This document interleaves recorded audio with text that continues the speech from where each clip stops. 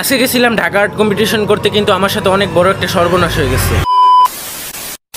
어젯밤과 함께 떠나갔던 안개는 나를 전혀 바라보지 않잖아.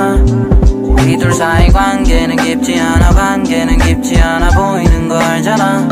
발장을 끼지 않고 걷기로 해. তো এখন যাইতেছি হচ্ছে আমার এক বড় ভাইয়ের কাছে, কারণ যেহেতু ঢাকা যাইতেছি আর্ট কম্পিটিশনের জন্য, সেহেতু কিছু পরামর্শ তো দরকার। আর তোমরা দেখতেই পারতেছো বড় ভাই কত সুন্দর সুন্দর আর্ট করতে পারে। লিটারালি ভাইয়ের পুরো ঘরটা ক্যানভাস পেইন্টিং এ ভরা, আর এক একটা পেইন্টিং দেখতে এতটা সুন্দর বইলা বোঝাতে পারবো। উনি কিন্তু লেখাপড়ার মধ্যে অনেক ভালো এন্ড আর্ট এন্ড ক্রাফটের মধ্যে অনেক ভালো। আর ভাইয়ের নামটা বলাই হলো না, ভাইয়ের নাম হচ্ছে ইস্তিয়াক ভাইয়া। যাক, অনেক প্রশংসা হয়ে গেল, এখন কাজের কথা আসি। ওই গাইস, তোমরা সবাই কি একটা জিনিস খেয়াল করছো? আমি যদি এত বড় লেখা করি তাহলে নিশ্চিত আমি পাগল হয়ে যাবো। ওয়েট, আমি তো আগে থেকেই পাগল। তোমরা কষ্ট করে এই জিনিসটাকে একটু ইগনোর করো। যতবারই আমি এই পড়ার টেবিলটাকে দেখি ততবারই মনে হয় আমি পাবনায় চলে যাবো। তো ভাইয়ের সাথে অনেকক্ষণ কথাবার্তা এবং আর্ট করার পর এখন চলে গেলাম আমি নরসিংদী সরকারি কলেজ। কারণটা হচ্ছে কিছুদিন না, মানে অনেকদিন আগে এই দেওয়ালের মধ্যে আমরা অনেকজন মিলে আর্ট করছিলাম, আর এখানের মধ্যে ইস্তিয়াক ভাইও ছিল আর আমিও ছিলাম এন্ড আরো অনেকজন মানুষ। আর এই সবগুলো আর্ট আমরা প্রায় এক সপ্তাহের মধ্যে কমপ্লিট করছিলাম। এখানে যে আর্টগুলো আছে বেশিরভাগ আর্টগুলো আমরা সবাই মিল্লা করছি, বাট সামনের একটা আর্ট আছে যেটা আমি একা করছিলাম। এই আর্টটা আমার one of the favourite art. আর এখানে নিচের লেখাটা আমি লিখি না। এখানে যারা যারা আর্ট করছিল প্রায় সবাইকে ক্রেস্ট পুরস্কার হিসেবে দেওয়া হয়েছিল, এন্ড আমি ক্রেস্টটা নিতে পারি না কারণ আমার মাঝখানটা পরীক্ষা ছিল। আর এখন তো তোমরা বুঝে গেছো যে এখানে আসার রিজনটা কি। আর আমাদের স্কুলের ভয়ঙ্কর মারাত্মক প্যারাদায়ক পরীক্ষা শেষ হওয়ার পর আমি ডাইরেক্ট এখানে চলে আসি। সরকারি কলেজের ভিতরে এসে ভিডিও করা শুরু করে দিয়েছি, কারণ সরকারি কলেজের পরিবেশটা অনেক সুন্দর। ইস্তিয়াক ভাইয়ের বাসা থেকে এখানে আস্তে আস্তে প্রায় বিকাল হয়ে গেছিল, এন্ড তোমরা তো জানোই বিকালবেলা মানুষ স্কুল মাঠে কি করে। ভাই ভিডিও করতেছিলাম, বাট মানুষ এমন ভাবে চাইছে যে আমি কাউরে মাইরা ফেলছি। যাই হোক, আমি আমার পুরস্কার নিয়ে ডাইরেক্ট বাসার জন্য রওনা হয়ে গেলাম।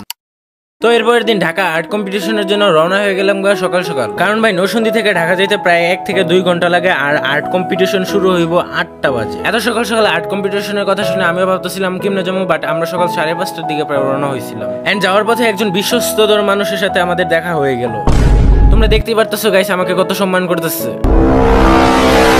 এরপর বাসের টিকিট কাটার কিছুক্ষণের মধ্যে বাস এসে পড়ে, এন্ড আমরা বাসের মধ্যে ওইটা পড়ি। আমি জানালা সিটটা নিয়ে নিছিলাম, আর ওইখানে গিয়ে যে সর্বনাশটা হয়েছিল ওইটা আমি তোমাদের ভিডিও শেষে জানাইতেছি। ওয়েট গাইস, তোমাদের কাছে একটা প্রশ্ন ছিল, তোমরা আর্ট, ব্লগ আর ক্রাফট এইগুলোর মধ্যে কোনটা সবচেয়ে বেশি পছন্দ করো? প্লিজ তোমরা কমেন্ট করে জানাও। আর এই ভিডিও ক্লিপ গুলো আছে না, অনেকদিন আগের প্লাস নতুন সবগুলো মিলাইয়া আর কি ভিডিওটা আমি তৈরি করছি। তোমরা ততক্ষণ জানালার ভিউগুলো এনজয় করো।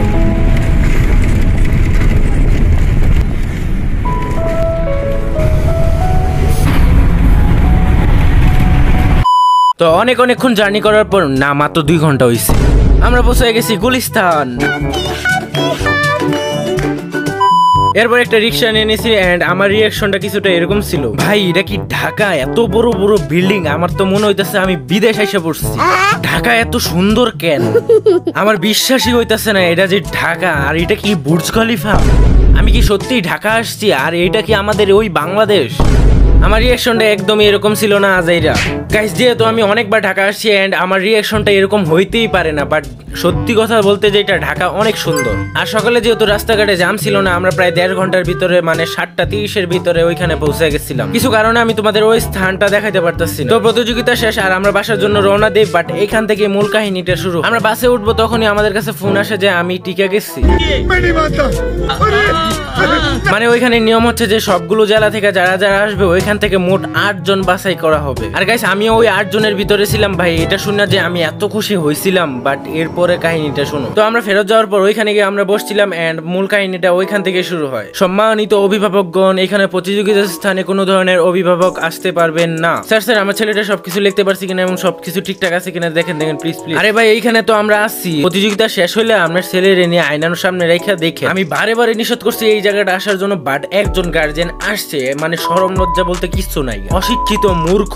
আপনি দাঁড়ান তো, আপনি দাঁড়ান, সবাইকে দেখতে হইব। মূর্খ আমি না, মূর্খ হইছে আমনে, কারণ আপনার ব্যবহারই বোঝা যেতেছে আপনি যে অশিক্ষিত মূর্খ। কি বলছে? হ্যাঁ, আজকে তো আমি ওরে খাইছি, আজকে তো আমি শেষ করে ফেলবো, আজকের থেকে ড্রয়িং সাবজেক্ট বা যারা যারা ড্রয়িং এর কারণে আসছে সবাইকে বলে দাও ফেরত যাওয়ার লেগা। গাইস, একজনের কারণে প্রায় সবার মন ভেঙে ফেলছিল, এন্ড উনি যা বলছিল একদম ঠিক সেটাই করছে। এত দূর থেকে এসে কোনো লাভই হইল না। এন্ড এতগুলো ঘটনা হওয়ার পর আমরা বাসার উদ্দেশ্যে আবার রওনা দিই। আর গাইস, তোমরা এটা দেখছো কি? তো বাসায় ফেরার পর বিকালবেলা দৃশ্যটা অনেক সুন্দর লাগতেছিল, এই জন্য আমি কয়েকটা সিনেমেটিক শট নেওয়ার চেষ্টা করছি।